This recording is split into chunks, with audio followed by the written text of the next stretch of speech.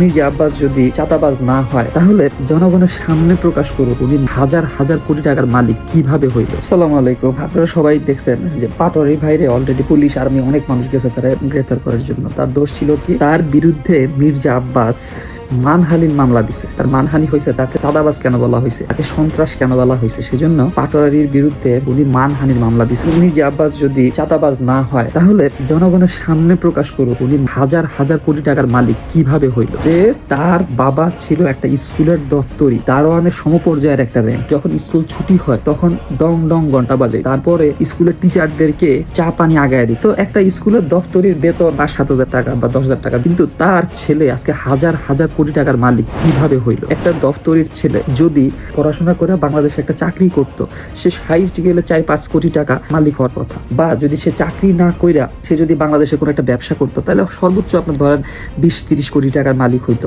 তাও কি আপনি মনে করেন যে এই যে হাজার হাজার কোটি টাকার মালিক, তারপর ঢাকা ব্যাংকের মালিক উনি কিভাবে হইল। যদি বাংলাদেশে ব্যাংক খুলতে চায়, সরকারকে 400 কোটি টাকা বন্ধক দিয়ে বাংলাদেশে ব্যাংক খুলতে হয়। তাহলে আমার কোশ্চেন হচ্ছে, এই মির্জা আব্বাস 400 কোটি টাকা পাইছে কই ব্যাংক খোলার জন্য? আর যেহেতু সে 400 কোটি টাকা বাংলাদেশ ব্যাংকে দিতে পারছে, তার মানে তার আরো হিউজ পরিমাণ হাজার হাজার কোটি টাকা তার পেটের ভিতরে লুকানো আছে। একটা দফতরির ছেলে কিভাবে এত হাজার হাজার কোটি টাকার মালিক হয়?